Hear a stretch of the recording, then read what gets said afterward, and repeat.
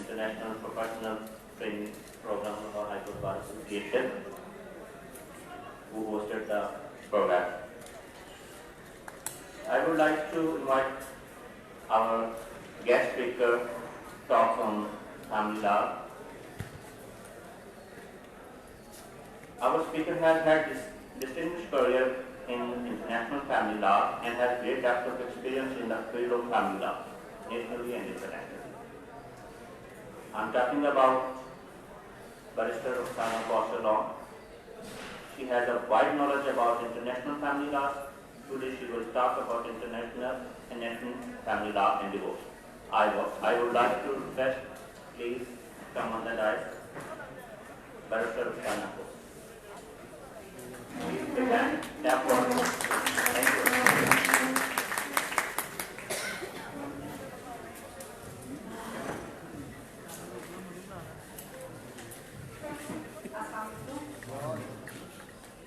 Everybody knows I'm and I'm a practicing lawyer in Canada.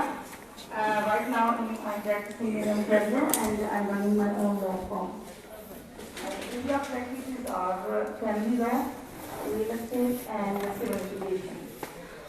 First of all, I want to thank you, Siddiqui, who arranged such a beautiful event and give us the opportunity to come and talk to you about different prospects and aspects of family law. But today especially, I will talk about custody matter.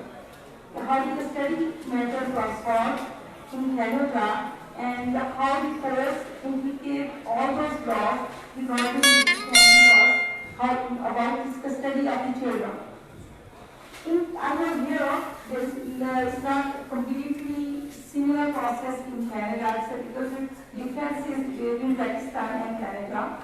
When I started practice, I was thinking like there's only one way: get a divorce, get a custody of the children, and access and everything will be done.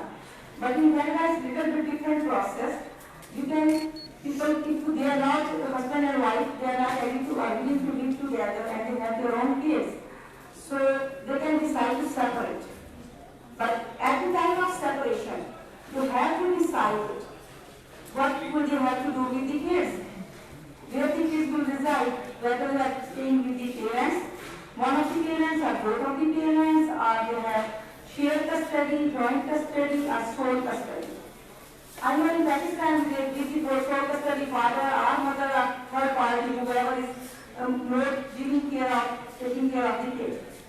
But when we talk about Canada, process is little bit different because the custody matters they take really seriously because the kid's life is more important than anything else. And the courts, whenever they consider about the custody of the children, the first thing they give the priority is the interest of child. And the bonding of the child with the parents, and one of the parents or both of the parents. So in the beginning, we have to first know what the custody means, exact meaning, what is the meaning or legal meaning of custody. We always use it, but sometimes people confused what actually the meaning of the custody is. So, understandably, children are often the biggest concern for the couples during a separation or divorce in Canada. So many people are confused as to what exactly custody means. So custody, some people think where the kids reside, to give the custody to their parents who is living nearby and near to the courts, or where the kids are residing in schools, give the priority where the kids going to school, or how it is their lifestyle. But before thinking about those things, we have to look into the who has the more ability to make a decision for the kids.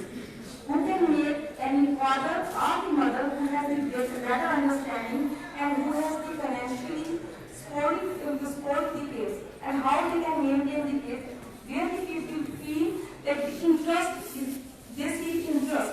Interest means not only who does more to the kids, but they have to make a decision. The important decision is regarding your kids, their lives. These decisions about the education, their religion, their medical treatment, etc. For example, while parents may have joint custody, Joint decision-making ability both parents have. But when they have the sole custody, then one parent has the custody of the kids and the second parent only has the access to the kids. So access is not like freely to give the access. This has to be considered before. If you are not getting a divorce, mostly the parents, if they don't like to live together, so they must separate. But at the separation time, they make an agreement. That is called in Canada separation of agreement. In separation of agreement, they clearly divide each section.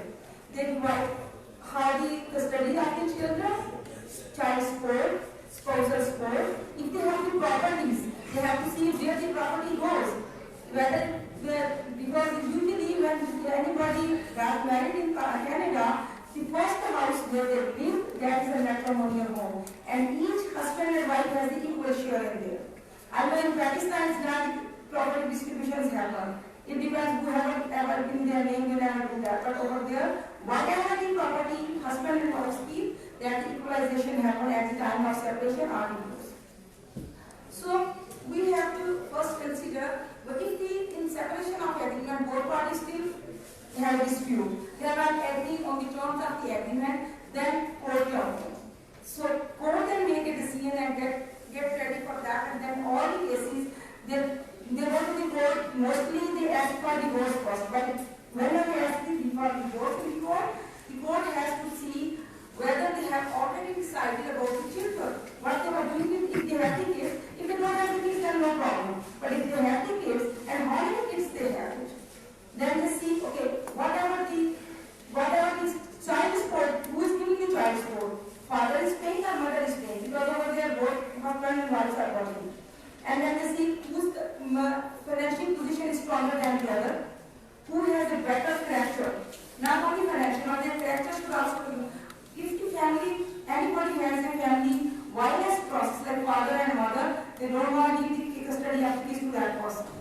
But if father has like the past and violence, but now he's okay. So they never consider the past violence and make a decision in current time. So things little they have to consider small things. They don't look in the watch, but they see whatever small things is better than for the kids. In Pakistan, I know they said wellness of the kids. We said first things are same, just they twist the wording. Like we said best interest of child over there, here they said wellness of the kids, children. So in making this decision, the court will consider the Divorce Act, Family Law Act, and Child Reform Act. There are three laws in there when court make the decision about the child's custody. The child must also be, they also see when they apply for the Children Law Reform Act, the child must also be habitually resident in the state where they are residing and the province. Because I'm practicing in Ontario, so according to that I will explain you about what the laws are applied in Ontario. So in Ontario, they always look into whether this kid was residing in the Ontario, parents are living over there, and how the kids' education, who will pay the expenses of the kids, they have to decide, and the court will look into that, and what is the best interest of child when determining who gets the custody and access. In most cases, parents who have the custody of children during the separation is more likely to get permanent custody when the court makes a decision. Because if there is already separation of agreement existed, and then the matter goes to the court or just that if they say everything is okay, they never disturb the separation of agreement. They say it's okay and they make that decision finalized. But if they say the both parties are still fighting with each other for the custody matter, for court and says any matter that, then court consider about that and see relevant factors. When they determine child custody in Canada, the judge will consider the items such as first and foremost the best interest of child. They again and again say the same thing, best interest of child, and they focus on that. The parents-child relationship and bonding, like how the kids are attached with the parents. If the fathers never see the kids, once a while he comes in or moved out from the house, the children never have the bonding with the father. So everything is a matter of fact. It's not a matter of law. because you have to show the circumstances. So what circumstances are the kids are growing up? How they bring up the kids and whatever situation we see when they grow up. And they also see the wishes of the child too. What the child wish, but that wish they apply only when they are 12 years old. Not before that, because before that they think they don't have the ability to decide that, and before we decide and look into the matter. We also see the parenting ability of each individual, each parent's mental, physical and emotional health. The typical schedule for both parents and children, how they treated the kids during the day and night, and how their schoolings are, how their health, how they're treating the kids at home, how they're providing them with food, because they have social workers. Whenever the dispute arises, and anyone of the parents are called the police or social worker, the things are destructive to right away the social workers job day. They come to the houses, they all come visit the house, look into the kids, ask the question to the children, and how their parents are treating them. I like whenever these all the situations are happening here too. I want when we go to the courts here should be make the decision, and ask there should be social workers here too who look into these type of matters. Because if we go to the courts and courts consider those things and those things apply, then I think so the system will change. But we are the lawyers. We can make the changes because we go to the court, we can explain them. You can tell them, make the laws for the case, make the law in a different way. You should read the law of the different countries and see what is the difference between Pakistan and the other foreign countries. Why they are progressing, why their legal system is better than us. We are very good lawyers. We have very intelligent people who has applied their mind and accepted what we don't want to apply. We're scared. I don't know why we are scared of those things. If we apply those things and we can educate, it's not like the judge knows everything. You guys, you are the officer of the court. You know more than anybody else. You can explain them. Go there, talk to them. Because when we go in Canada, the judges give the order and tell them, the parents, go to the physiotherapist, go to the social workers, talk to them. And the social workers go to them, talk to the parents, and tell them they do their physical therapy. They told them, okay, they ask the question to the parents, whether their mental health is okay.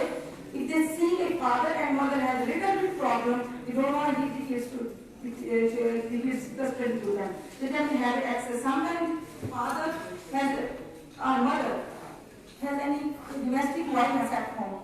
So if the court knows that thing, they said, okay, now we have, if you want the access of the kid, this should be the supervisory access. They don't want to give the access, and there is a supervisory access centers. They always tell, okay, if the mother has the custody, they tell the mother, okay, take the kid to the supervisory access center, father come to the supervisory access center, and sit over there for 2 or 3 hours, play with the kids. And there are all the time one of the supervisory representatives stay there, they write the notes, they talk to the child, how the father or mother who has supervisory access talk to the kid. And that report goes to the court. And court revises. This is not 1 or 2, 3 days decisions. Their process is a little bit different. We file the application, then they have 4-day meetings, judges sit, the lawyers sit with the clients, talk to them if they can settle the matters. If that matter is not solved, there's a case conference. All the matter, all the TCS body, if there is any dispute, one dispute settled and the other dispute is still there, that matter goes to the case settlement. If case settlement is not finalizing, then after case conference, go to the settlement conference. And still if there is something, then it goes to the trial. But most of the time, the judges want to ask the lawyers, talk to the clients and try to settle down, because court procedure is very expensive. When they go to the court, they spend a lot of money. That's why the court always pushes them, go outside, sit outside, talk to each other, and make their decision, make the decision for your case. The money you are spending in the courts better to make, they create mediators. They sit with the lawyers, they sit with the psychologists, court asks them, Go talk to the physiotherapist, talk to the psychologist, talk to the lawyers, mediators, appoint them, sit and talk to them and solve the matter. That's a cheaper way. But the thing is, all this explanation, I mean, like, if we have those type of system which we have in Canada or the foreign countries, those systems if you apply in Pakistan, at least the hurdles we are facing here may be a little bit solved.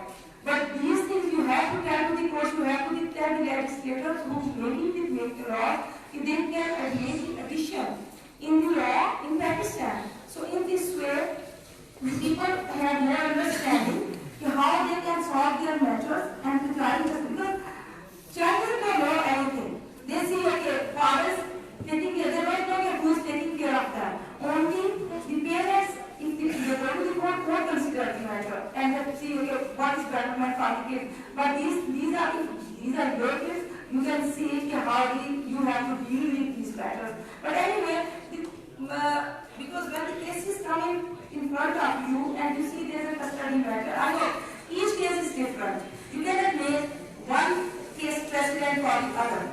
All the circumstances are different. So we cannot talk about a specific case because I have one of the cases in which one of the lady, she was an Indian citizen and she got married in Pakistani boy. The father, and then they had a kid. She sponsored him and he went over there that they treated him very badly to this guy and they threw him out of the house. This guy, 3 or 4 years, never seen the kid. And then this lady came to the mother, she came to the court and she said, father abandoned the kid. So I cannot give him access. But the father never even know where this lady was. But when she filed the case, then we find out, okay, my children is still alive and he's that child is somewhere.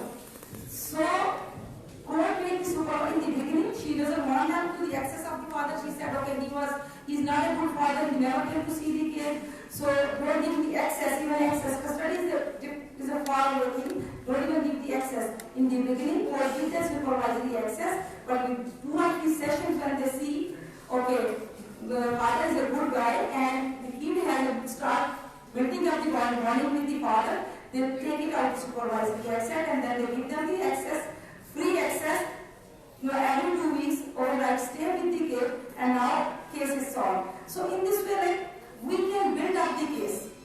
So in this way, at least this is not like a small thing. Every day divorces are happening, but nobody thinks about the case what happened with them.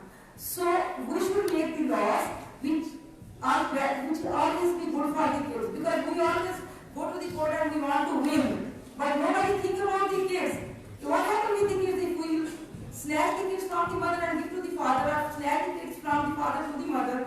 That will be different. Sometimes the father and mother both are not good for the kid. Sometimes the court look at to the third party, who is closest person for them, like grandmother or any siblings or anyone. So these, I want all of you to think about that, with those type of laws and the legal issues we discuss here, sit together with the legislation makers and tell them we have to make more laws for the kids, and not only for divorce things, but you have not only sole custody, don't even think about the sole custody and access, give the joint custody, shared custody. In shared custody, 40% child should be stay for at least 40% with the father or mother and one of them.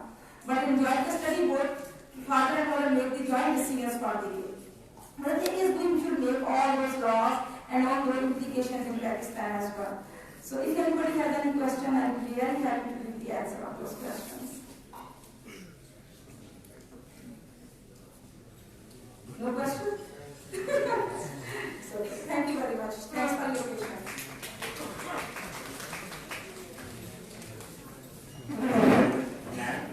She is the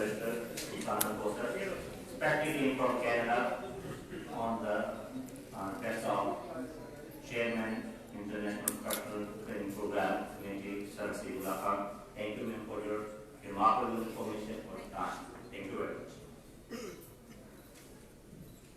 In the 21st century, knowledge and learning are the key to success. The founder of the Pakistan father of the nation, Mr. Muhammad Ali Jinnah said, "No struggle ever succeeds without women participating side by side." Well done.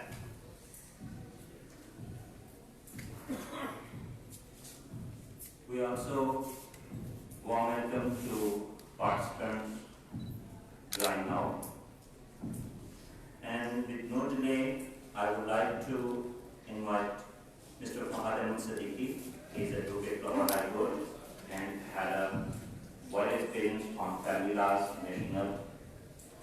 Please come on the stage and share your experience and views. Thank you. Assalamu alaikum to all. With the infinite blessings of Allah Almighty, I would like to start my sharing of my experience with you all. I've been working in the child litigation for the last more than 8 years. And during my practice as a lawyer, I've gone through certain experiences, a little bit bitter in essence. I found that the law and the practice as well.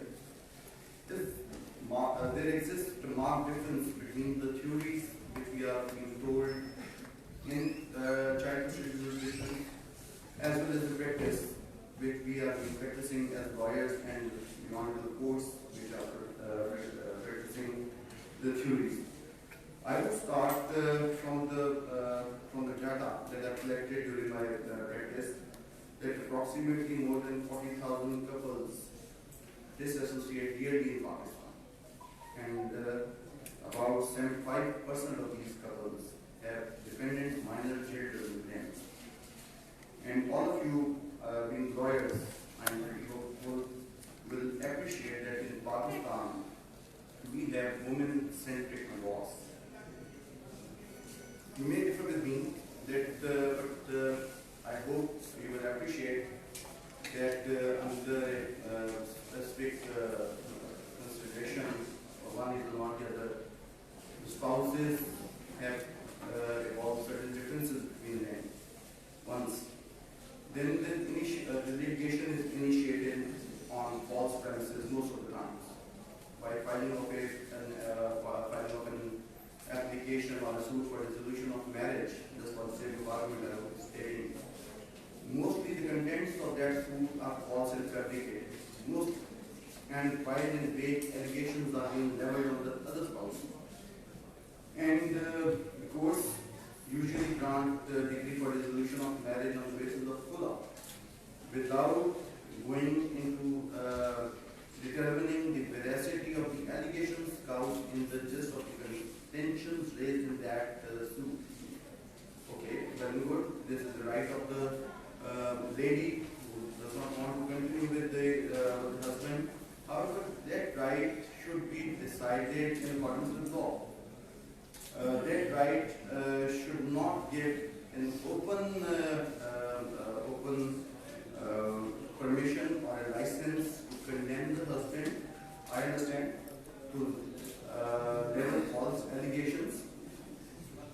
Neither on the side of the mother nor on the side of the father, that allegation should be leveled.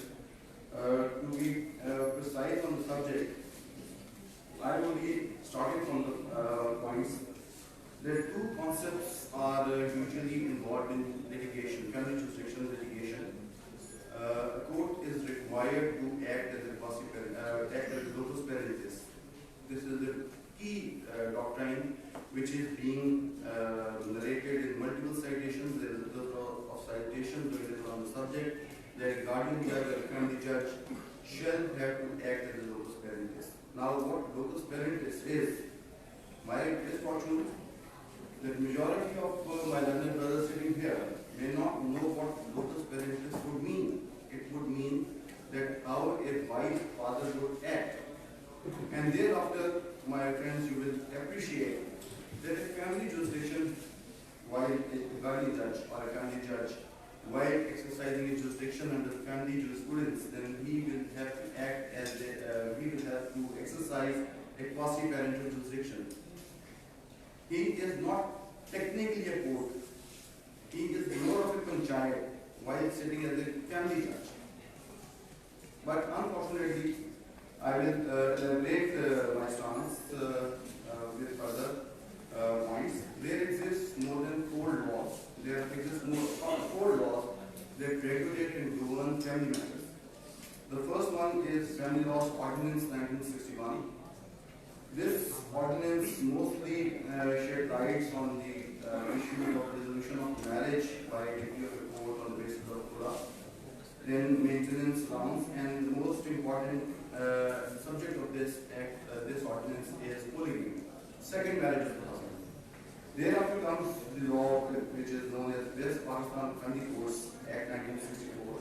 It's a procedural law and it regulates the jurisdiction of the court, the pre-trial proceedings, the provision that calls for decision of the cases, family cases within a period of 6 months, and that is section 12A of the Family Courts Act 1964. Thereafter, the provisions of section 14, the most important one in this section is provided where an appeal is available. The right of appeal is available against any order or decision passed by the court exercising family jurisdiction and acting as the representatives while under the subjects of family laws like maintenance or the custody issue.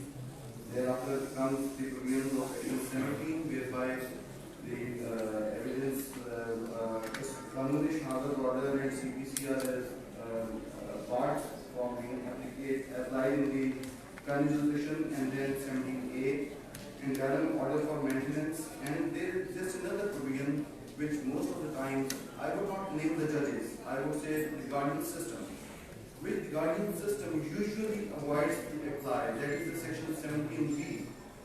As per my experience, you may differ with me, there exists not even a single formula whereby maintenance is calculated. It is usually calculated on the discretion of the judge, on the discretion of the court. There exists not even a single provision of law. There exists not even anything in black and white which could grant a court of law to decide a matter of maintenance or fixation of maintenance. And my friends, those who are practicing in family jurisdiction, will appreciate my stance that most of the times the salary or the sources of a husband, I would saying that, are exaggerated in nature, and the Honorable Court has no formula available, I would say, to calculate whether the husband is lying regarding his salary or his resources, or whether the wife is telling the truth. So, to give credence to the court, law has legislature has provided a provision, that is section 17B, whereby a court can issue a commission to go and evaluate the sources of income of the husband. However, majority in the vast majority of cases, this provision is not agitated nor is being applied. Thereafter comes the provisions of 25B. Most of my friends will again appreciate my stance to the fact that an interim order granted by a family court, by an additional judge under the Family Court Act 1964, the maximum duration of that order is 1 month. However, in appeals, we see that cases being filed in appeals and they continue for more than 6 months or 10 months or even years. But there is a specific provision provided under the West Pakistan Family Court Act 1964, and that is section 25B, which should be agitated in cases. Thereafter comes the schedule attached with the Family Court Act. And my friends, those who are indulging into custody practices, will appreciate the fact that most of the times the visitation rights are being allowed under the Guardian and Wards Act, section 1 of the Guardian and Wards Act. I will come to that point later. Let me first elaborate the laws which are regulating the child custody as well as family jurisdiction in Pakistan. Thereafter comes the West Pakistan Family Courts Rules 1965. These rules, I have seen that the most important rules in these rules are section 9 of the Family Courts Rules 1965 and section 22. Section 9 deals with the jurisdiction of the court, the matter of jurisdiction where the child is residing. The court, where the child is residing, the court of that area shall have the territorial jurisdiction to adjudicate the matter. That has been elaborated by The most powerful citation on the subject of jurisdiction is 380 Supreme Court level 6, wherein that this section has elaborately defined. And lastly, the most procedural law is regarding divorce. My friends, let me start my assistance in this before this forum. That just after the initiation of differences between the spouses, there are two sets of litigation that are being initiated. One set is filed by the mother or wife, and the second set of litigation is initiated by the father or the husband. In my experience, I have seen that the cases that have been instituted from the mother's side are enumerated in one is the habeas corpus petition, which is usually filed by the mother's side, and while narrating the template of set circumstances, मैं उर्दू में बताना चाहूँगा इन तीन कपड़ों में कैसे निकाल दिया गया उनसे बचे थे.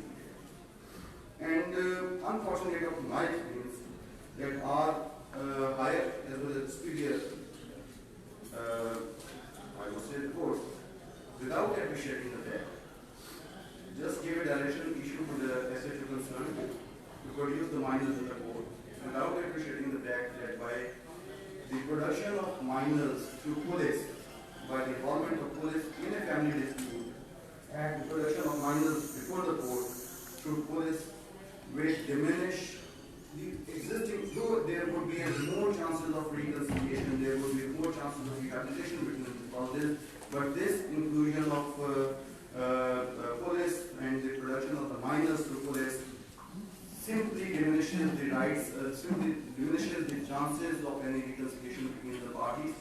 And in these cases, again, I would be stressing hard on the point that our system does not realize and does not cater the contents of the habeas corpus petition.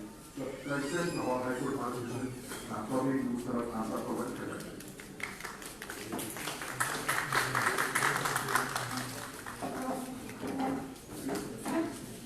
our system does not recognize practical and typical stance usually taken in habeas corpus petition. Now they simply direct the husband, give and take hand over custody to the mother, and go and approach guardian court for determination of entitlement of her custody. Thereafter, a suit for dissolution of marriage on basis of Khula is usually being filed, and the suit accompanied with a suit for recovery of dowry articles. And in some cases, a petition is being filed for declaration and appointment of the mother as legal guardian of the minors. This is one set of litigation that is usually being initiated by the mother's side. And my friends will appreciate that I would be reiterating my stance that Pakistan has women-centric laws. I would stress again through the data I have collected on this point.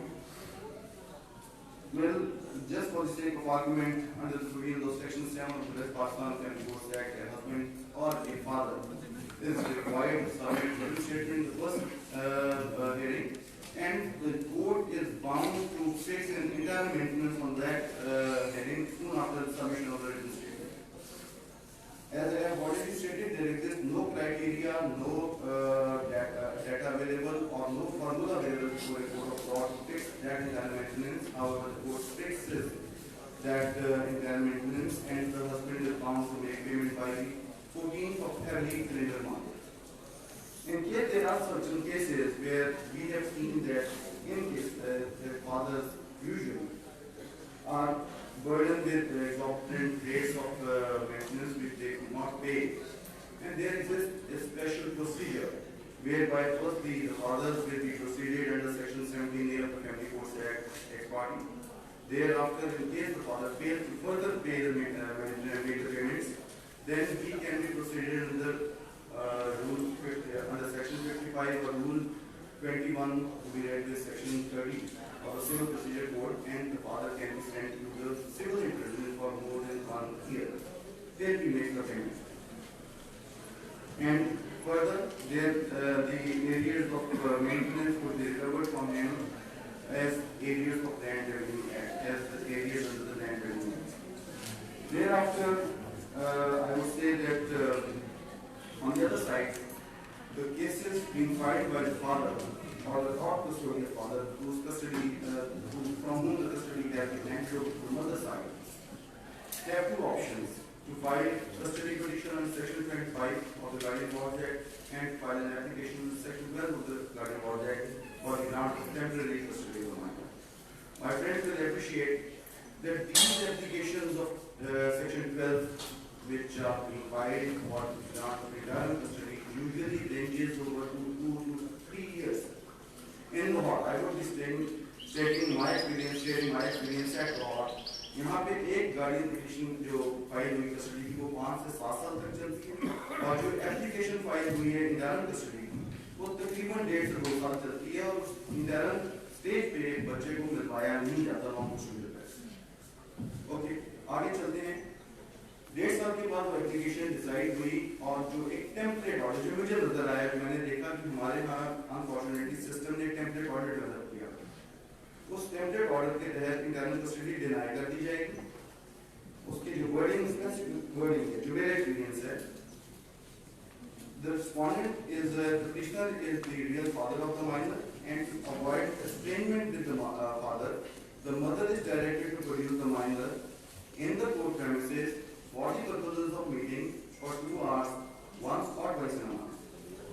Now, my friends, I would be stating before you, I would be suggesting before you, that we have been told that there exists principles of natural justice. There are principles which were being taught at my university level in the first year was that the most important principle was that ordi ordinum party. No one can be condemned unfairly. Now I would invite you to state this particular doctrine of law into child custody litigation, and from the side of a father, from the side of a non-custodial parent who has been allowed just 2 hours visitation once or twice in a month, and that too to be conducted within the court premises. There exists no justification in the order denying the rights of access to the father. The Hon'ble trial court, while announcing this order, was under my understanding, as per my understanding, was obliged to give reasons while denying a right to the non-custodial father under the provisions of Section 24 of the General Clauses, which say that every authority made by judicial or executive shall have to give reasons to decide civil rights of a party, the civil rights of the litigants. Now, my friends, while denying me access to my child in the absence of any evidence available on the record, when I say my rights, it would mean the rights of the non-custodial father, that I am agitating for the rights of non-custodial parents on equality basis. So I would suggest kindly take this, my rights, as the rights of the non-custodial parents. Secondly, my friends will appreciate that after allowance of this schedule of 2 hours visitation once or twice in a month, this schedule is attempted by saying that, by my referring that this schedule is a template order. I wonder if you have seen some of the cases. It is irrespective, it is being passed irrespective of the age of the minor, the abuse, if any, being conducted by the non-custodial father, and it is usually passed on the apprehension of the mother. My humble submission in this regard is that, first of all, this visitation schedule, this is what deals with the whole concept of welfare of minor. This child custody litigation revolves around the concept of welfare of minor. However, this welfare of minor is nowhere defined. In neither of the case, neither of the laws governing child custody litigation that I have enumerated are 4 in number, not even a single provision exists which calls for the restricted access of the father, non-custodial parent, which calls for the duration of the meeting, and which calls for the location of the meeting. There exists not even a single provision. Not Guardian Act mentioned and Exor Act mentioned. So there must be some criteria that order of access should be ensured to the father on equality basis. I understand. My humble submission in this regard is that the divorce or a separation or a cola is between spouses. It has never been occurred between the parents. A child cannot be penalized for an act done by his parents, and by restricting access of the child to his biological parents by our system, guardian system, we are actually penalizing and giving punishments to the children of this nation for an act for something they have never done. And further advancing my suggestion in this regard is that most of the lawyers present in this forum might deal criminal side of the practice would appreciate that there exist more than 26 basic rights of an accused under the criminal jurisdiction, more or less. He will be produced before the magistrate within 24 hours. He cannot be penalized for an act he has not done. He will not be. He will have the right of fair trial, and so on and so forth. However, I understand that non-custodial father is equally considered a accused in the child custody litigation in Pakistan. He has not been given a single right. You will find multiple citations on the subject. बाप ने खर्चा नहीं दिया तो उसके साथ क्या होना चाहिए, बाप खर्चा देने का पाबंद है, बाप की ये जिम्मेदारी है, माँ की शोहर की ये जिम्मेदारी है. But strangely, you will not find any citation of the superior judiciary which gives some rights to the father. There is no rights. I am a father, I am a natural guardian. However, this natural guardianship gives me no right. I cannot access my school, my child's school. And in case I go to the school of a child, and FIA can be lodged against me under the provision of section 363 of the PBC. Why? Am I not the national guardian? Or am I an ATM card? I am still confused to determine what am I in this litigation. Where do I stand? As per my experience, I consider a non-custodial parent, or especially a father, is just an ATM card. He has to pay the bills. No access. Just compare. I will come to the comparison of this international comparison of family jurisdiction with local laws after going through these instances. That once a schedule is chalked out, irrespective of considering the ages and the well-being of the minors by allowing a minimum access of 2 hours within the court premises, and that is usually done in Lahore, whereas I do not know, as from my experiences, the access allowed to a non-custodial father are non-custodial father in Spurplat are at least 15 to 20 minutes. Now I would be just finalizing my argument. That under the provisions of Article 227 of the Constitution of Pakistan, when a law is vacant in any area, the court can seek guidance from Islamic injunctions. Law on the subject of visitation of the minor is silent, and under our colonial law, there exists no provision of law which gives direct duration as to how much time a father or non-custodial parent should meet his minor child. Then why can we not seek, or why our system cannot seek guidance from Islamic injunctions? And my friends, you will appreciate that there exists not even a single provision in the Islamic injunction as well, which regulates the matters pertaining to the custody of the minor or the integument. However, I understand that as being Muslims, we can seek guidance from a Sahih Hadith of the Prophet ﷺ, wherein a man came to the Prophet ﷺ and asked him, who amongst the men are more eligible to my companionship? And the Prophet ﷺ said, your mother. And this question was put thrice before the Prophet ﷺ, and thrice he said, your mother. And on the fourth time, when this question was repeated, the Prophet ﷺ said, your father. If we take this criteria from the hadith of the Prophet ﷺ and give 3 parts of the time in a month, which is equally almost 720 hours, to a mother, and then we are bound to give at least 1 part of as per this hadith to the father. And if we calculate 720 hours into 4, then at least 8 days access should be allowed to a father, my friends, where we are actually granting or allowing an excess of just 48 hours in an year. Now come up on the subject comparison. What is the practice in international law? Pakistan is the signatory, rather Pakistan is the sixth country which signed the United Nations Convention on the Rights of Children back in 1989. And Pakistan, in addition to Pakistan, despite signing that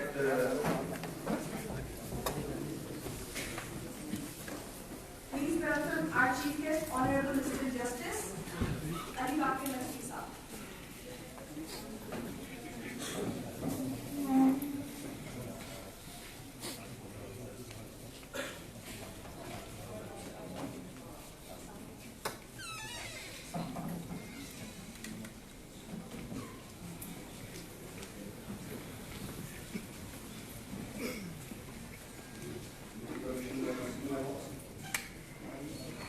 So I was saying that Pakistan, though is sixth country of and signatory to the United Nations Convention on the Rights of Child back in 1989, till now we have not been able to get it incorporated in our local law.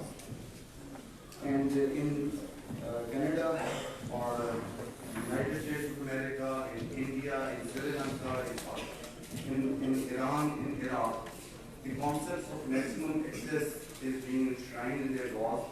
And in this regard, I would be suggesting that there are multiple citations available with me which support or substantiate my stance that maximum access to the non-custodial parent should be afforded in our litigation in order to state or in order to control the legal intent of the concept of welfare of minors. That's all my friends.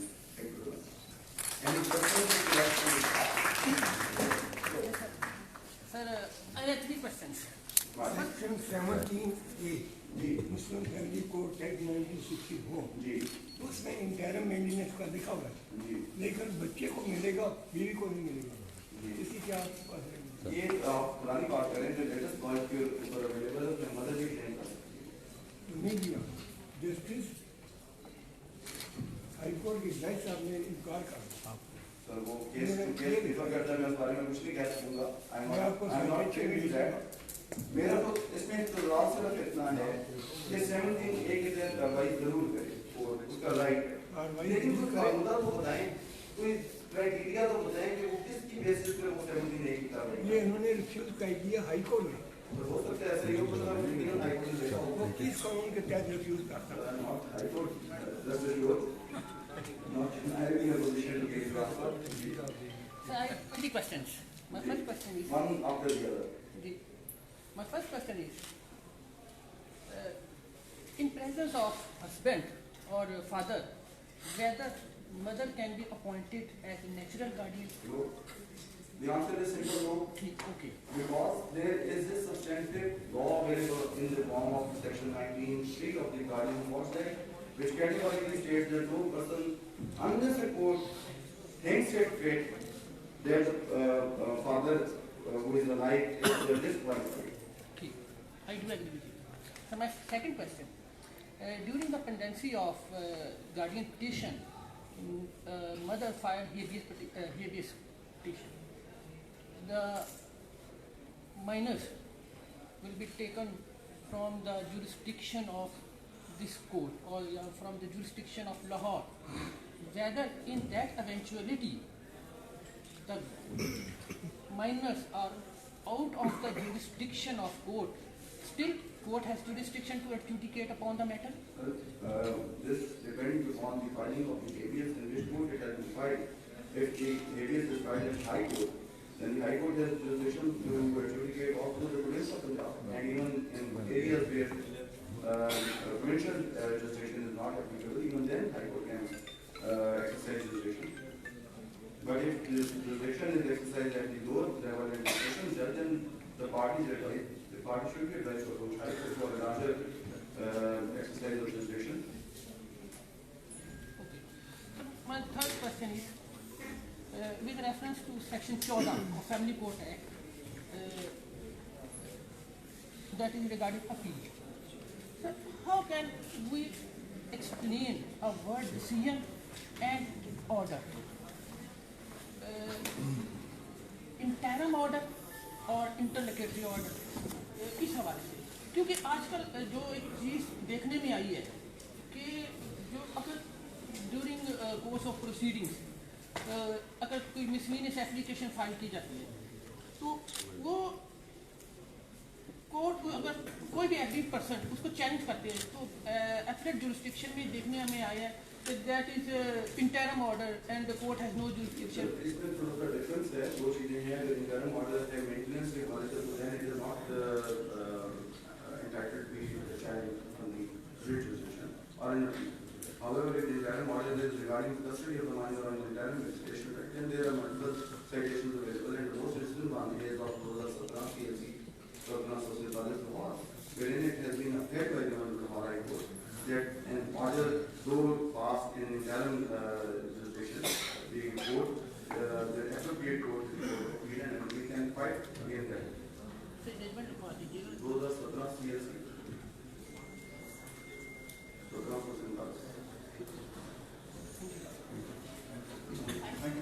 We can question हम आगे करेंगे sir Honorable court is available.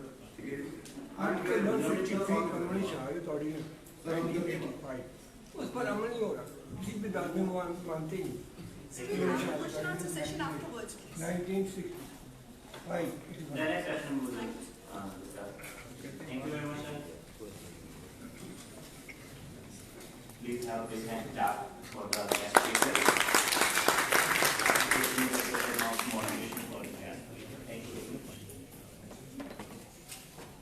Ladies and gentlemen, today we have a big personality among us who is the chief guest of the event, the man who joined in an introduction and introduction among all of us, Mr. Justice Adipaka Jantri, Judge Lahore High Court, sir.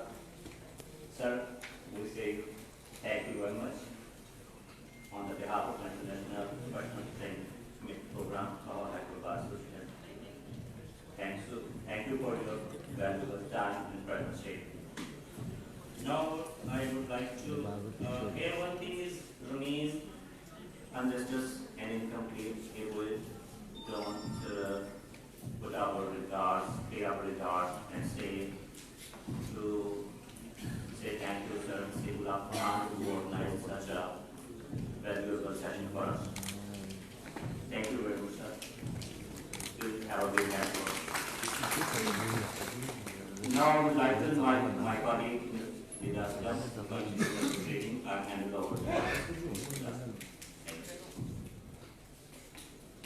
Bismillahirrahmanirrahim. Assalamu alaikum. I welcome you all. Now I would like to invite Advocate Safdar Hussain, who is practicing as a lawyer in Pakistan and Canada both. He is also politically involved at federal and provincial level. He is recently has contested 5 elections for the Labour Party in Canada. It is proudly said that he is working as a significant role as a bridge between Pakistan and Canada. Please sir, come on with us and say these words.